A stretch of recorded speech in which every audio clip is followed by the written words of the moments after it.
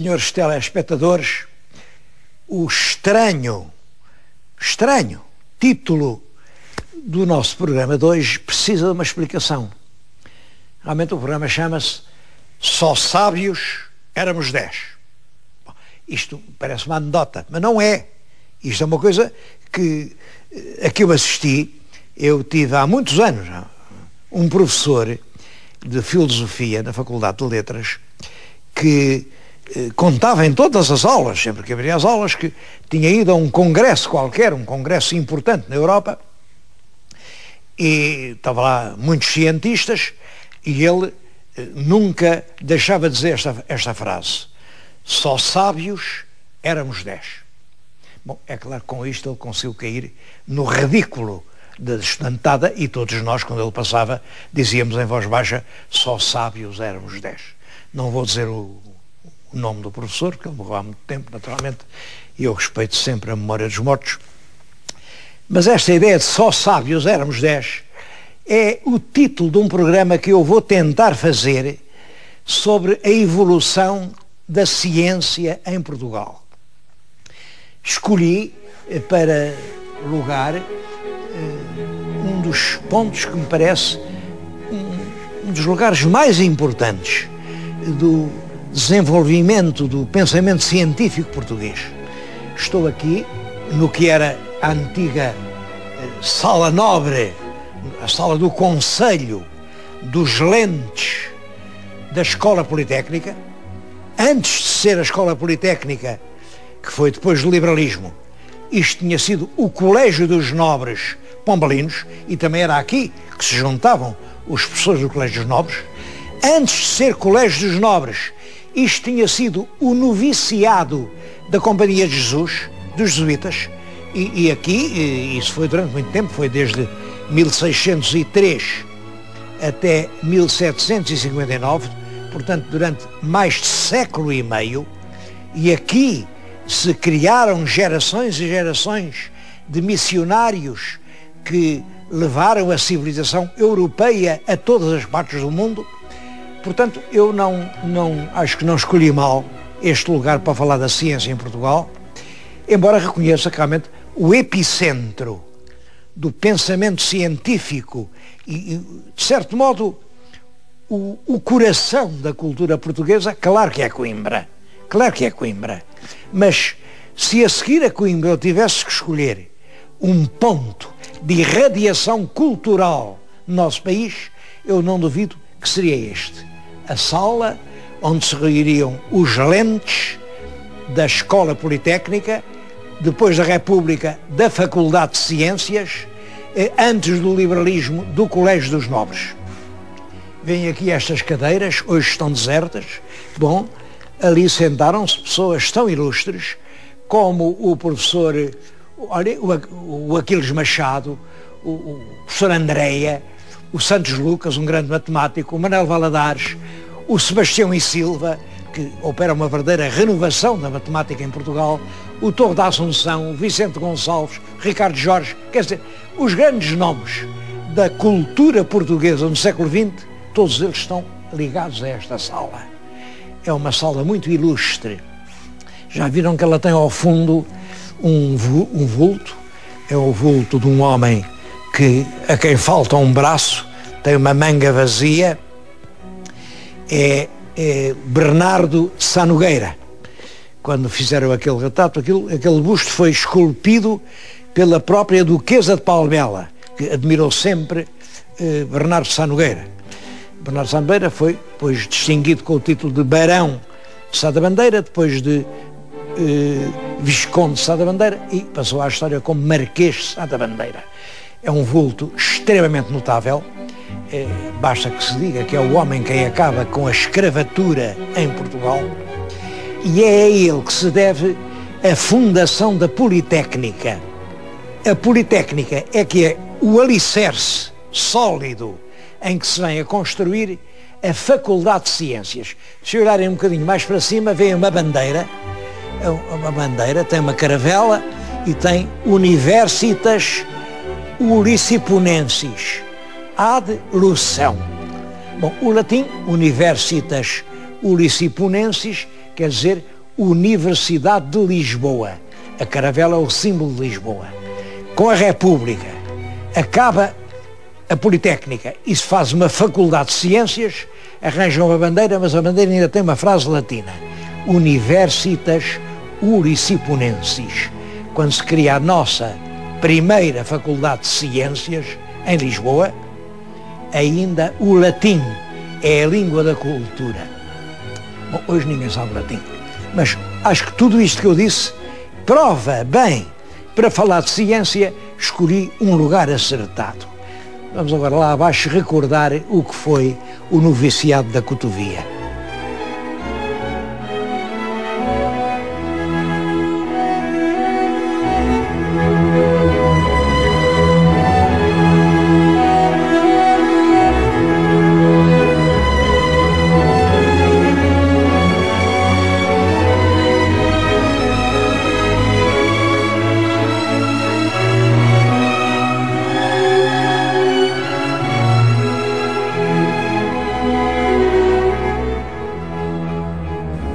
Como sabem, a Companhia de Jesus, a quem o povo chama geralmente os jesuítas, instalaram-se em Portugal logo depois da fundação da Companhia, é o tempo do São Francisco Xavier, que é em plena época dos descobrimentos.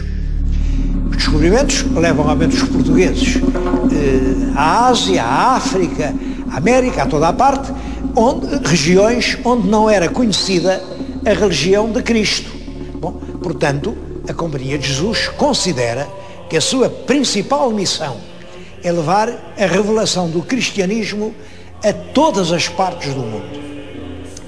Um dos principais colégios que os jesuítas estabelecem para esse efeito é em Lisboa.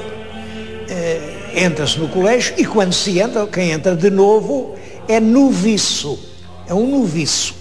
O novo noviciado quer dizer a casa dos noviços. Era aqui que tinham os estudantes, enquanto estudavam eram noviços, depois já eram missionários, e daqui, fora de Lisboa, porque isto nessa altura eram quintas com arvoredo, fora de Lisboa, eles construíram este edifício que está aqui. Isto é construído nos primeiros anos do século XVII. Isto vem a ser inaugurado em 1619. E é curioso, é inaugurado exatamente com dinheiro dado por um homem que tinha sido governador da Índia. Está aqui ao meu lado, o governador Teles de Menezes, que, andando pela Índia, compreendeu como era importante, como era urgente trazer todos aqueles povos a uma unidade cultural que se traduzia pela adesão aos mesmos credos.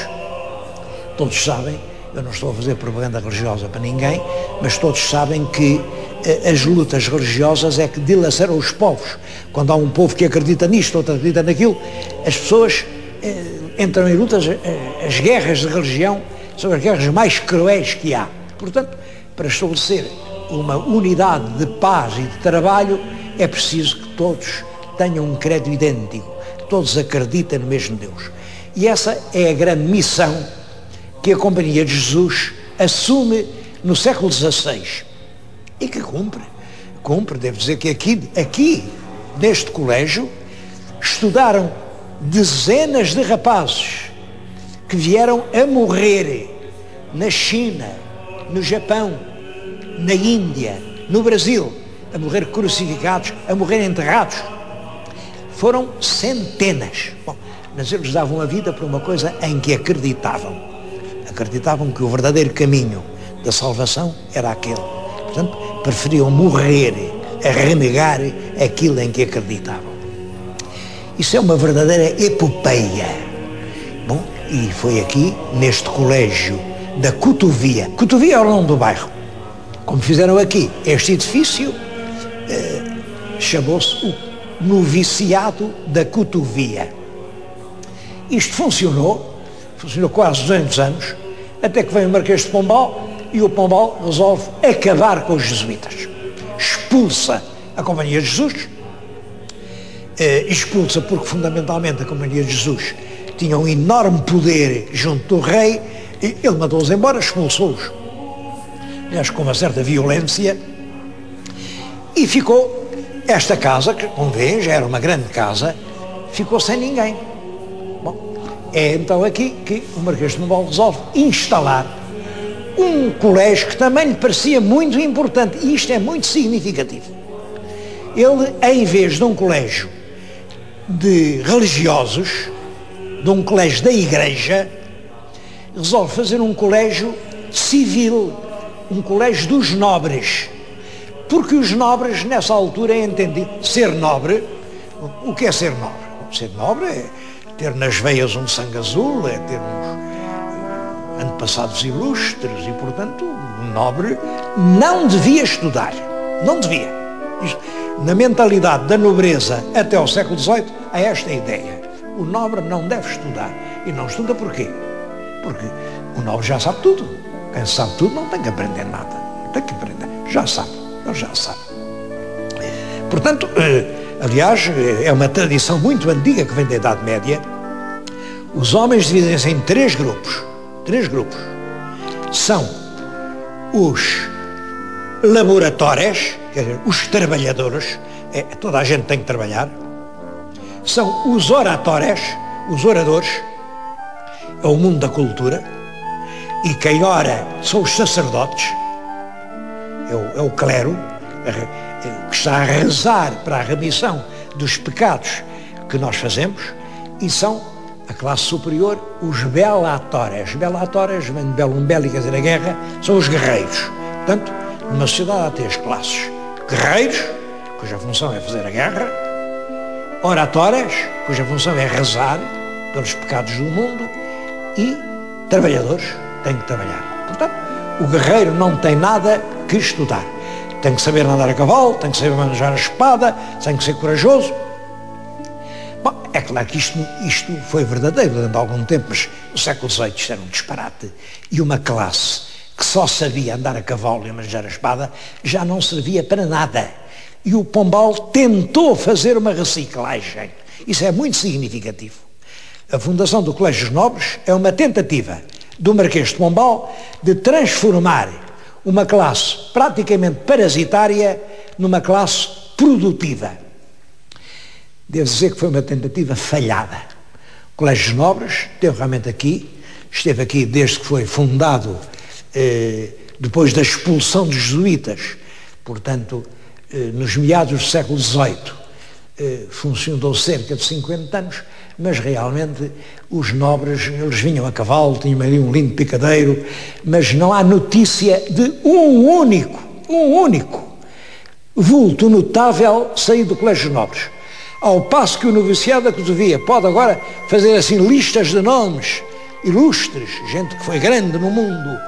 O Colégio dos Nobres não deu ninguém de quem a gente hoje tenha notícia.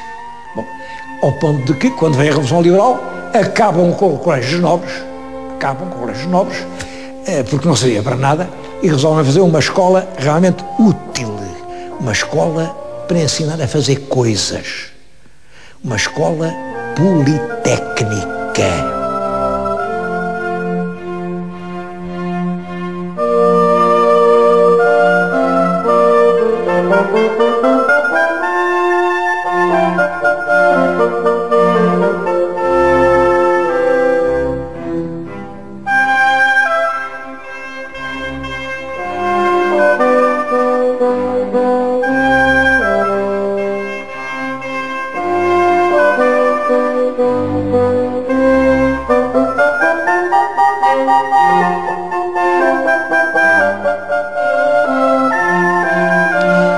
Mas essa questão de introduzir em Portugal uma escola de saber fazer, não só de saber pensar é com a universidade, saber fazer, isso é que era com a Politécnica. Mas essa questão, não julguem que foi uma questão pacífica, não. Naturalmente, nessa altura havia só uma universidade em Portugal, isto é importante, a nossa gloriosa Universidade de Coimbra. E Coimbra não achou bem que agora houvesse outros centros de saber e, portanto, foi muito contra a criação da Politécnica. Apesar de tudo, a Politécnica lá se gerou. Depois, poucos anos depois, um deputado no Parlamento propôs que se acabasse outra vez com a Politécnica e voltasse ao Colégio dos Nobres. E é nessa altura que o Alexandre Herculano, que era um homem jovem, Alexandre Herculano nessa altura tinha 31 anos ou 32, e faz um escrito, que está nos opúsculos, que eu acho que é uma página de antologia. Esta página devia estar afixada em todos os institutos politécnicos do nosso país. Ele responde ao deputado que quer acabar com a Politécnica e, nessa resposta, há este texto.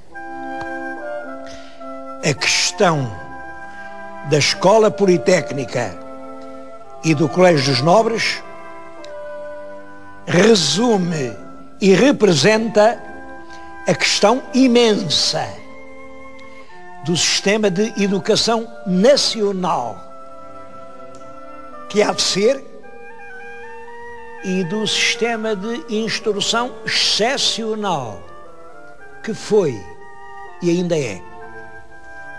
Questão entre a educação e melhoramento dos agricultores, dos artífices, dos fabricantes e a propagação dos causídicos, dos casuístas e dos pedantes.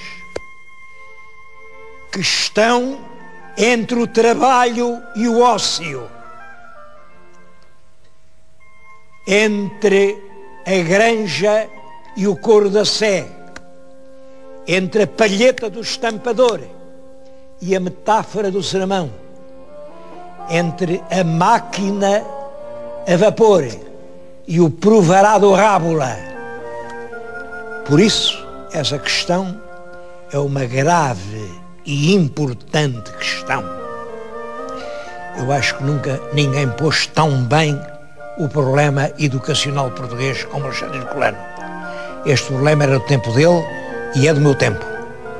A questão que se debate é uma guerra sem quartel entre o trabalho e o ócio, entre quem quer trabalhar e entre quem quer um diploma para não fazer coisa nenhuma.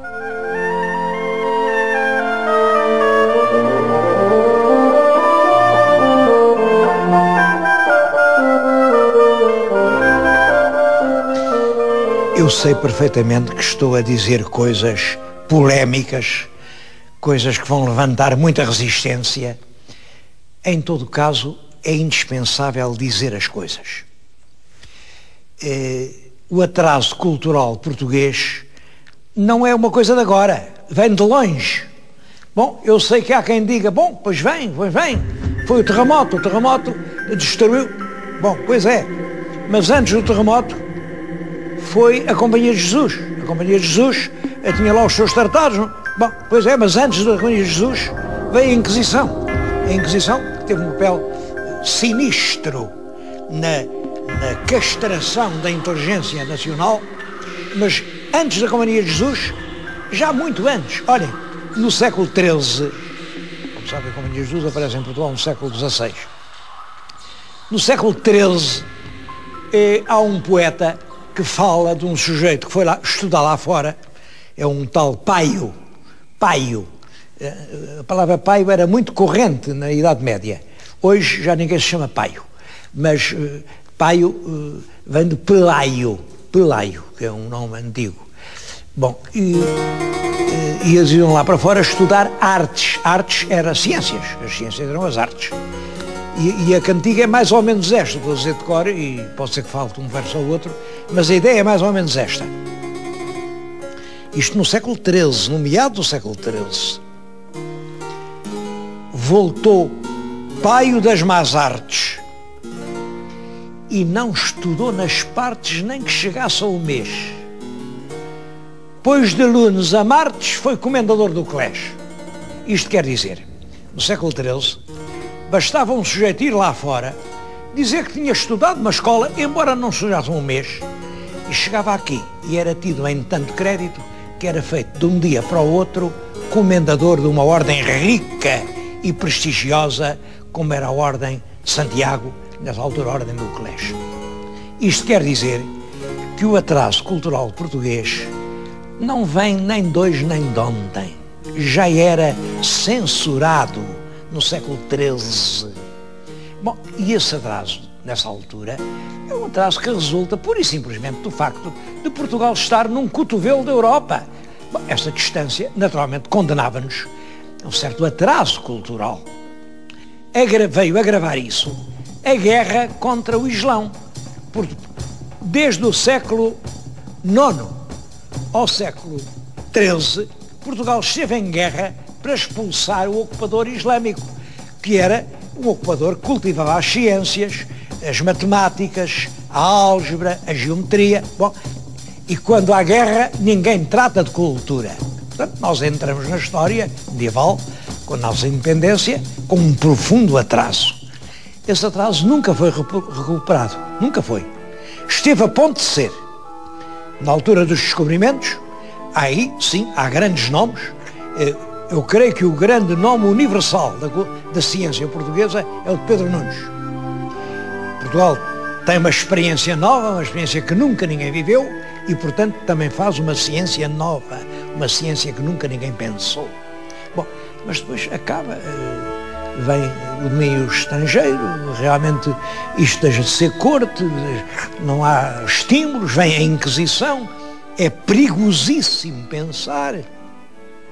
Quem tiver uma ideia nova, uma ideia não ortodoxa, é muito importante a palavra ortodoxo. Ortodoxo quer dizer como deve ser. Hoje o povo, os jornais dizem muito politicamente correto. Politicamente correto quer dizer ortodoxo. Ora bem, foi a linha da ortodoxia que nos condenou a esta esterilidade mental contra a qual Pombal em vão lutou ao tentar criar o Colégio dos Nobres, que falhou. Depois do liberalismo, a escola politécnica, que não se pode dizer que falhasse, porque essa deu grandes frutos. A geração da regeneração, a geração do Fontes Pereira de Melo, a geração que faz os comboios, as estradas, os telégrafos e que provoca o grande avanço de Portugal em frente na segunda metade do século XIX, é a geração da Politécnica. Bom, depois vem a República e transforma isso na Faculdade de Ciências da Universidade de Lisboa, que não falhou, porque continua a dar os seus frutos. E agora sim, agora penso que acabou o nosso alibi. Agora já não há distância, agora já não há Pirineus. Nós agora estamos no centro do mundo. Qualquer cientista português pode-se pôr em contacto com Paris, com Londres, com Berlim, com Xangai, com os antípodas no próprio segundo em que carrega no botão do seu computador. Nós já não estamos longe de ninguém. Temos a obrigação agora, finalmente, de ser tão bons como os outros o foram. Mas eu vim aqui, não foi só para falar na história da ciência em Portugal, foi para lhes falar de uma extraordinária exposição que aqui se apresenta e para a qual eu queria chamar a vossa atenção.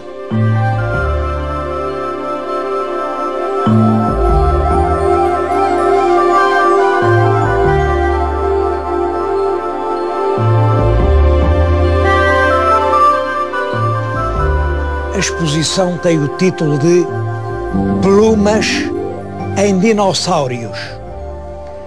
Afinal, nem todos se extinguiram. Bom, a ideia geral é esta.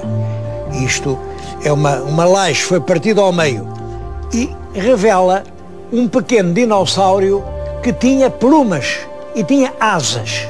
Está ali representado o animal como ele seria, vêm as pequenas asas, evidentemente não serviam para ele voar, mas serviam para ele, enfim, avançar mais rapidamente, e isto evoluiu no sentido de dar uma ave. Vamos ver agora uma ave desta mesma altura. Isto é de há cerca de 125 milhões de anos. E apareceu por volta do ano 2000 na China. Estas grandes descobertas vêm da China. Tudo isto é material que a China proporcionou e com o qual deu um grande salto em frente da ciência. Vamos ver uma ave daquela altura.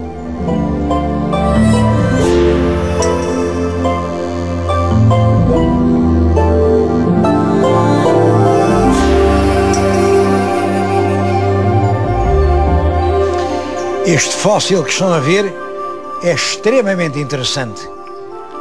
São realmente dois animais, estão praticamente um em cima do outro. Hoje não sabemos se estão a lutar ou se estão a amar. Reparem, morreram ou lutando para se matar ou amando para se reproduzir. Hoje não sabemos. Agora, os esquemas estão aqui.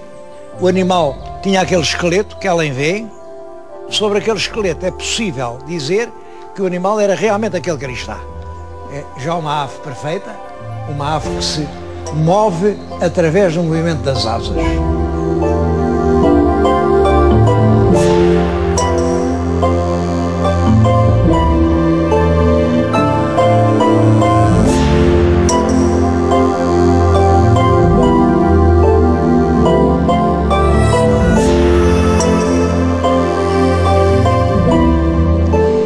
Esta exposição parece-me extremamente importante, porque ela é um passo em frente na ciência. Vem revelar que, efetivamente, as aves têm como remotos antepassados outro tipo de animais que nós, à primeira vista, julgávamos que nada tinham a ver com elas. Os dinossauros.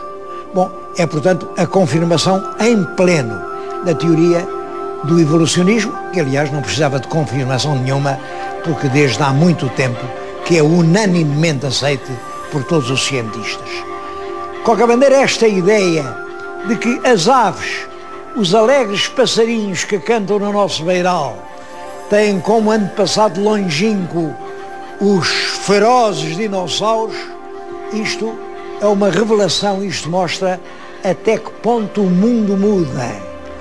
Os dinossauros deixaram de ter um mundo à sua medida e transformaram-se em pássaros. Em pássaros que continuam a alegrar este mundo em que vivemos.